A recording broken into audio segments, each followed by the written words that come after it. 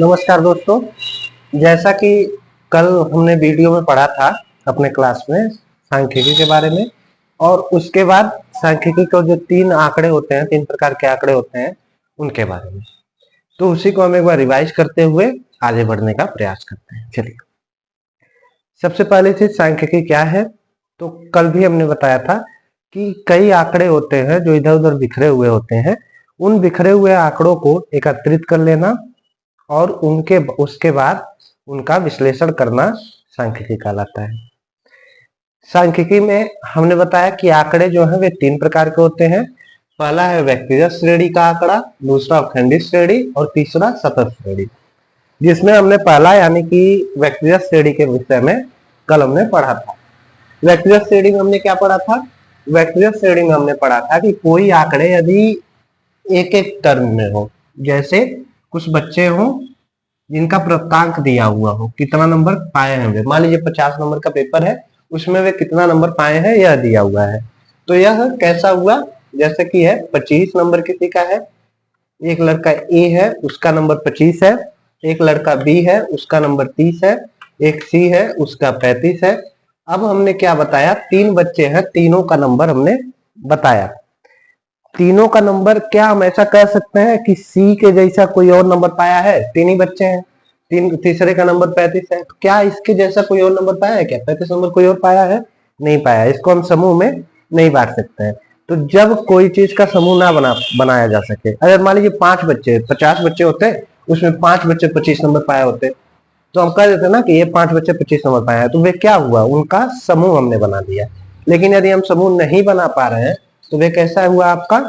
तब हुआ यदि क्योंकि समूह नहीं बन पा रहा है तो वह हुआ आपका व्यक्तिगत श्रेणी, जिसमें हम एक एक लोगों की बात करते हैं। यह इतना नंबर पाया है, यह इतना, यह इतना, यह इतना। जैसे किसी बच्चे को जैसे हम बोले अपना कि मुझे 8 नंबर का जूता लगता है, तो 8 नंबर का लगता है यानी कि मेरा नंबर 8 नंबर का जूता है, ठीक। तो ये मेरा है। लेकिन अगर हम कई लोगों के बारे में बात करें कि इसको इसको इसको इसको 8 नंबर का जूता लगता है, तो फिर यह आपका व्यक्तिगत श्रेणी नहीं हुआ। लेकिन यदि हम एक की बात करें, किसी एक आंकड़े की बात करें, तो वह कैसा हुआ? व्यक्तिगत श्रेणी का आंकड़ा हुआ। आई होप आपको समझ में आ रहा होगा। चलिए, दूसरे श्रेणी पे इसके बारे में हमने लिखवा भी दिया था कल। दूसरा जो है आपका है खंडित श्रेणी। दूसरा क्या है आपका? खंडित श्रेणी। तो खंडित श्रेणी के बारे में आज हम पढ़ते हैं दूसरे पॉइंट से।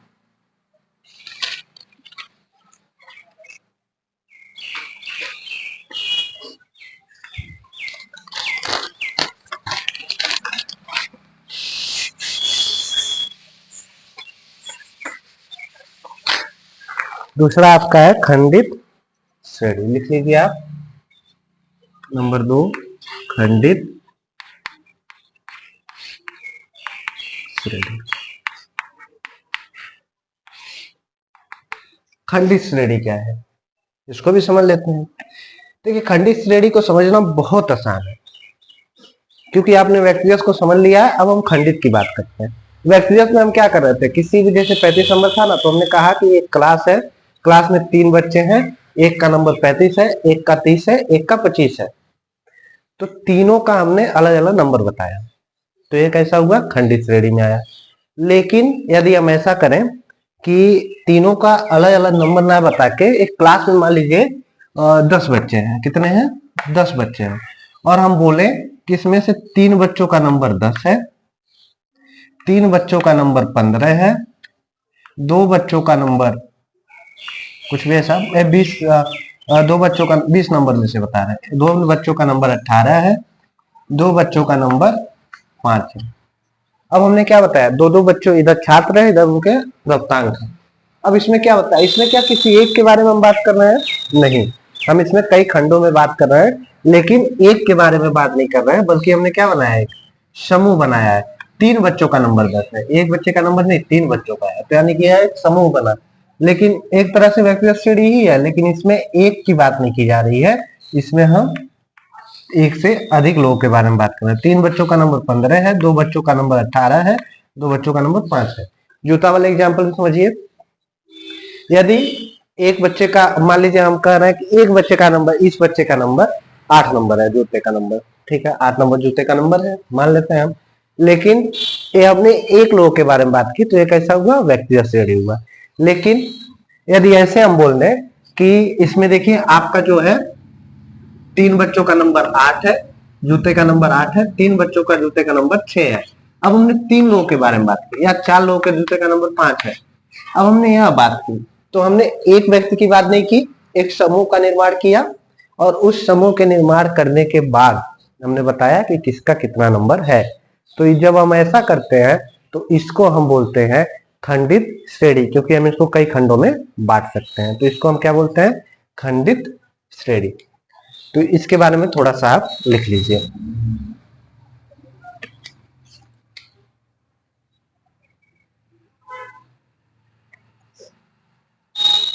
देखिए यह वह श्रेणी है, यह वह श्रेणी है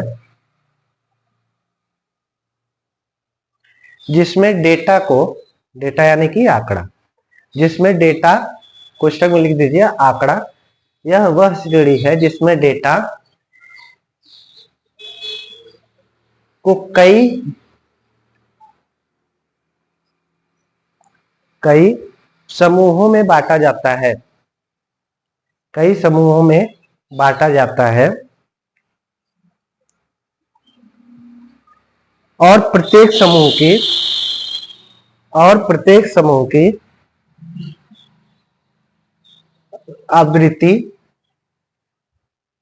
आवृत्ति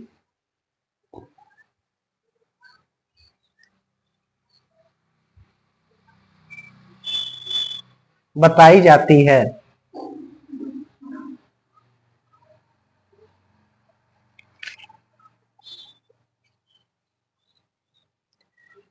आवृत्ति बताई जाती है।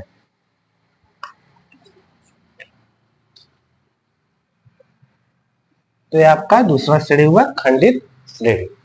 क्या हुआ इसमें, खंडित श्रेणी में हमने क्या पढ़ा, खंडित श्रेणी में हमने इतना पढ़ा कि जब ऐसा हो कि आंकड़े जो है वह खंडों में उनकी बात की जाए और उनका समूहन किया जाए, लेकिन कई समूह में बांटा जाए और आंकड़े जो दिए हुए हैं, जैसे हमने बांट लिया कि हम कह दें कि कक्षा में 25 नंबर पाने वाले बच्चों की संख्या 15 छात्र हैं। 25 नंबर कितने छात्रों ने प्राप्त किया है, 15 छात्र। अब ये जो 15 छात्र हैं जो कितने नंबर के हैं, 25 नंबर के, तो 25 नंबर पाने वाले छात्र 15।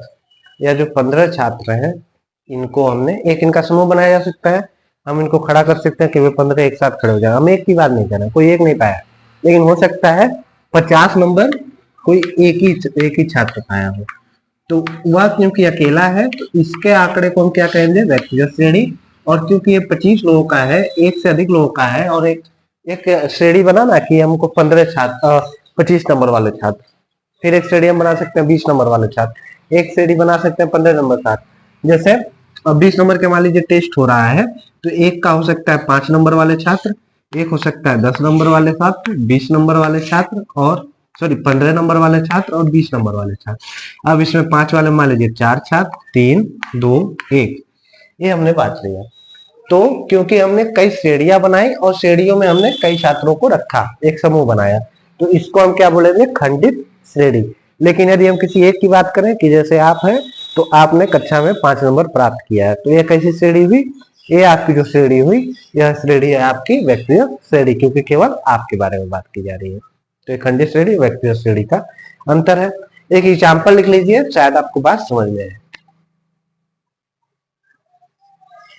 एक कक्षा में छात्रों के जूतों के साइज, एक कक्षा में छात्रों के जूतों के साइज और उनकी संख्या निम्नवत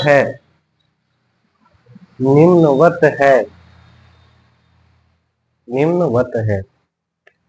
लिख लीजिए इसको।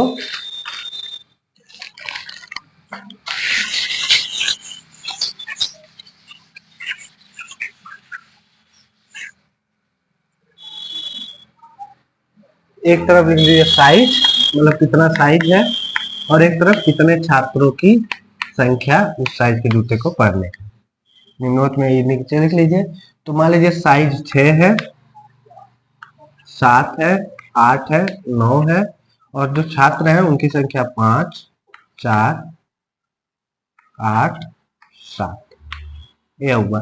तो यह आपका जो आंकड़ा बना वे कैसी किस प्रकार का आंकड़ा बना, खंडित श्रेणी का आंकड़ा बना, क्योंकि हमने अकेले केवल एक ही लोग 6 नंबर का जूता नहीं पहन रहा है, बल्कि 5 लोग पहन रहा है।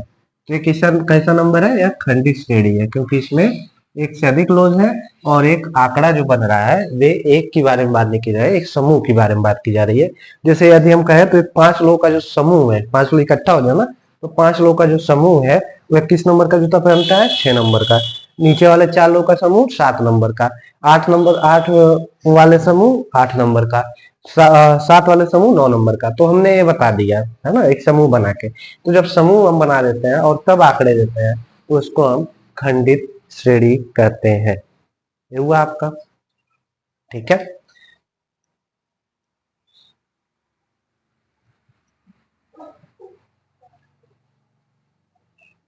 ठीक है, तो हमने अभी 2 श्रेणियों के बारे में अभी तक पढ़ लिया है। पहला आपका हुआ आपका जो है व्यक्तिगत श्रेणी, दूसरा है खंडित श्रेणी, अब तीसरा बचा हुआ है जो कि है सतत श्रेणी। उसको हम इस वीडियो में नहीं, इसके बाद वाले वीडियो में एक्सप्लेन करने का प्रयास करेंगे। तो दोस्तों, आई होप आपको यह चीजें समझ में आई होंगी। नहीं आई है तो आप कमेंट में जरूर बताएं, जिससे आपको चीजें समझ में आसानी से आ जाए। तो आज के लिए इतना ही, मिलते हैं नेक्स्ट वीडियो में। धन्यवाद, नमस्कार।